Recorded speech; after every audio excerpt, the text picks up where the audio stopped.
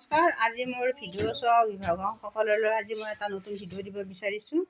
আমাৰ ভিডিঅ'টো হ'ল মোৰ এই যে ভিডিঅ'বিলাক মই দিছিলোঁ অংগনবাড়ী কেন্দ্ৰৰ পৰা মোৰ ঘৰতে চলি আছিল, কিয়নো মোৰ NSDPৰ পৰা মোৰ এটা ঘৰ আহিছিল 2018 চনত। আৰু তেতিয়া মই ঘৰত আমাৰ পৰিচালনা কমিটিৰ সহযোগত মই ঘৰত অস্থায়ীভাৱে চলাই আছিলোঁ।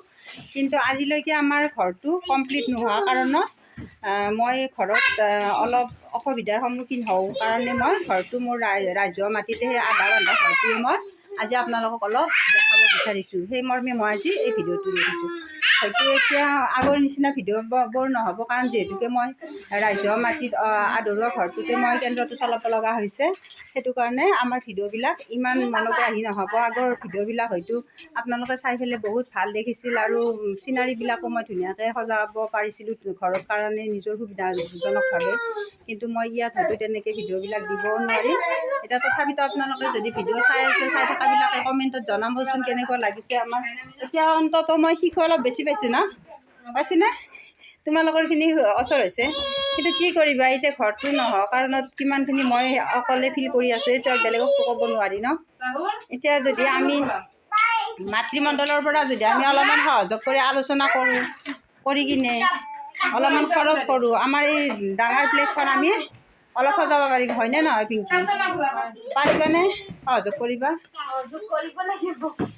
কেনেকৈ সহযোগ কৰা? আৰু মোৰ ইফালে হেল্পাৰো নাই, গতিকে যিহেতুকে মোৰ হেল্পাৰ নাই, এতিয়া হেল্পাৰ নহ'লে মই মাতৃমণ্ডলৰ মহিলাখিনিৰ জৰিয়তে মই এনেকৈ স্কুলখন পৰিচালনা কৰিম। আৰু আজি মই দেখি আহিছোঁ আমাৰ মহিলা মণ্ডলত কোন কোন আছে। মণিকা তুমি মাতৃমণ্ডলত আছা দেই, কিন্তু আৰু নহয় সেনেকৈ নহয়, অলপমান মোক সহযোগ কৰিব লাগিব স্কুলত। সেইকাৰণে মই ভিডিঅ'টো বনাই তোমাক দেখাই দিছোঁ হা। ল'ৰা ছোৱালীৰ লগত সহযোগ কৰিব লাগিব, অকলেতো নোৱাৰিম মই, যিহেতুকে মোৰ হেল্পাৰ ছুটি বেমাৰত আছে।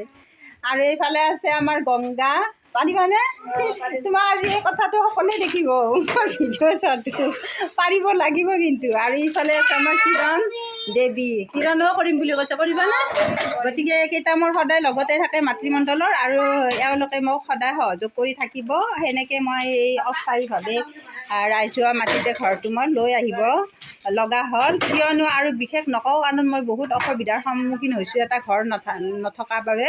কাৰণ আমাৰ শিশু বহুত আছে, আমাৰ যথেষ্ট শিশু আছে, কিন্তু মোৰ যেতিয়া ঘৰত চলাইছিলোঁ মোৰ এই ৰাজহুৱা মাটিৰ কেন্দ্ৰৰ ওচৰৰখিনি য'ত অসুবিধা হৈছিল, এতিয়া মই সেইবিলাক শিশু গোটেইবিলাকে পাইছোঁ।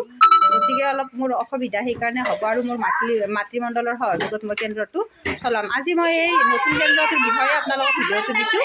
ইমানেই আছিল ভিডিঅ'টো, ধন্যবাদ।